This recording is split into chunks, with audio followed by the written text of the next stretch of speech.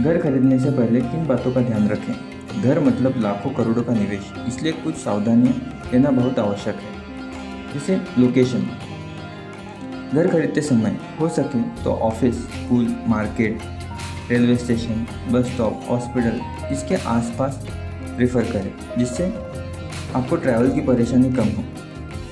घर फाइनलाइज करने से पहले वहाँ 2 या 3 बार खुद जाके चेक करें, जिससे आपको उस वहाँ के लोकेलिटी का पता चले। और हो सके तो सुबह के समय या फिर शाम के समय जाके चेक करें, इसे नहीं कि रात को चले गए। इसी के बाद आसपास अगर कोई नया प्रोजेक्ट जैसे हाईवे, मेट्रो या कोई कमर्शियल प्रोजेक्ट हो रहा है या नहीं, इसकी एक जांच करें, जिससे भविष्य में जब आप अपना घर बेचने जाएंगे तब आपको अच्छे रिटर्न्स मिल सकते हैं। उसी के साथ बहुत भीड़भाड़ वाली या प्रदूषण की जगह ना चुनें। आर्थिक योजना, अगर आप बैंक लोन ले रहे हैं तो अलग अलग बैंक के ब्याज दर, प्रोसेसिंग फ़ी, बाद में उसे लगने वाला समय, ये सब की एक लिस्ट बनाएं और जो आपको सबसे अच्छा लगे उसे चुनें। ये भी चेक करें कि वो बैंक प्री अप्रूवल दे रहा है या नहीं। उसी के बाद बड़े घर के चक्कर में बड़ा ईएमआई ना लें, ज़रूरत है उतना ही घर खरीदें ताकि आर्थिक दबाव आप पे ना पड़े। इसके बाद बिल्डर की विश्वसनीयता और कानूनी स्थिति, बिल्डर की रेपुटेशन, लीगल डॉक्यूमेंट ये चेक कर। सबसे पहले जांचें कि बिल्डर रेरा रजिस्टर्ड है या नहीं। अगर नहीं है तो वहीं से दूर रखें। अगर आप महाराष्ट्र में हैं तो महारेरा वेबसाइट पर जाकर बिल्डर ने जो डॉक्यूमेंट्स अपलोड किए हैं ये सब सारे चेक कीजिए। इसी के साथ आपको ये भी पता चल जाएगा कि उस प्रोजेक्ट में कितने घर खाली है, कितने घर बुक किए हैं, प्रोजेक्ट पर कोई लिटिगेशन तो नहीं। अगर वहाँ लिटिगेशन है तो वहाँ से दूर रहे, क्योंकि अगर भविष्य में कोई आपको कोर्ट की ऑर्डर आ गई तो आपका घर आपको खाली करना पड़ेगा और सारी इन्वेस्टमेंट में पानी फिर जाएगा। जैसे अभी आप महाराष्ट्र रेरा पे चले जाओगे, आपने आपका एरिया का पिन कोड डाल दिया तो आपके प्रोजेक्ट का नाम आ जाएगा। उसी के साथ अगर आप ड्यू डिटेल्स करेंगे तो आपको सारी जानकारी मिलेगी कि बिल्डर्स ने कोई क्या क्या डॉक्यूमेंट्स अपलोड किए हैं। जैसे अभी यहाँ पे इतने सारे कोई डॉक्यूमेंट्स अपलोड किए गए हैं। उसी के साथ हाँ, इसी पे कोई भी लिटिगेशन नहीं है।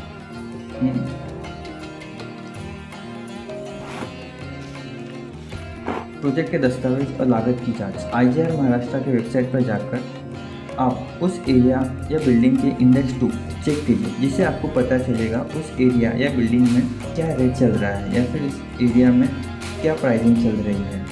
इससे आपको इंडेक्स 2 से आपको ये तो पता चल जाएगा कि उस एरिया में एक एवरेज रेट क्या चल रहा है। बाद में आप बिल्डर से लेआउट प्लान अच्छे से देखिए, समझ लें कारपेट एरिया क्या होता है, सुपर बिल्टअप एरिया क्या होता है, बिल्टअप एरिया क्या होता है, इसकी में अंतर समझें। आप जो स्क्वायर फीट के लिए पैसे दे रहे हैं उसे ठीक से समझें। इसके बाद बिल्डर ओपन पार्किंग बेच नहीं सकता, जो पार्किंग FSI में इंक्लूड है वही बिल्डर पार्किंग बेच सकता है। उसी के साथ बिल्डर के पास्ट रिकॉर्ड, उसकी काम की क्वालिटी क्या है, पोजीशन उसने टाइम पे दिया है या नहीं पहले, ये सब एक बार ज़रूर चेक कर लीजिए। बिल्डर को पेमेंट, अगर जब जो भी पेमेंट करोगे तो आप कैश पेमेंट देना टालना। जो भी पेमेंट दोगे बैंक ट्रांसफ़र या DD से देना प्रीफर करें। उसका रिकॉर्ड संभाल के रखें, क्योंकि अगर भविष्य में किसी भी कारण आपकी डील रद्द हुई तो आपका दिया हुआ पैसा आपको लेना आसान पड़ेगा। एग्रीमेंट और कानूनी सुरक्षा,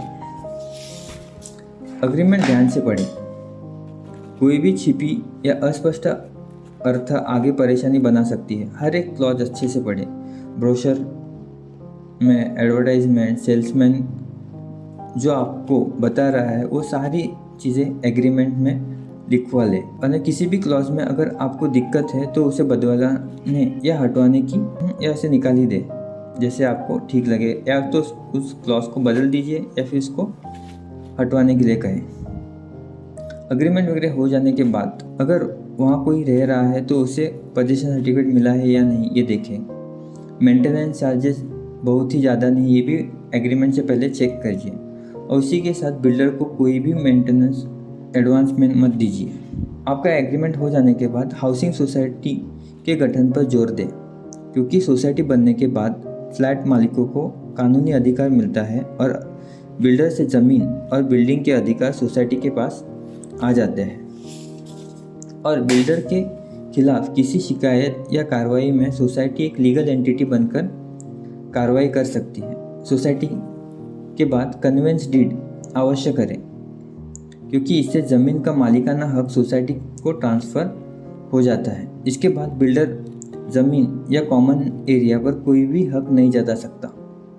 उसी के साथ बिल्डर रेरा कानून के तहत 5 साल तक निर्माण में हुई किसी भी खराबी के लिए जिम्मेदार होता है। उसे अवधि में किसी भी डिफेक्ट हो तो उसे शिकायत करके रिपेयर करा दीजिए, क्योंकि घर खरीदना सिर्फ एक संपत्ति खरीदना नहीं बल्कि एक लंबे समय का निवेश होता है।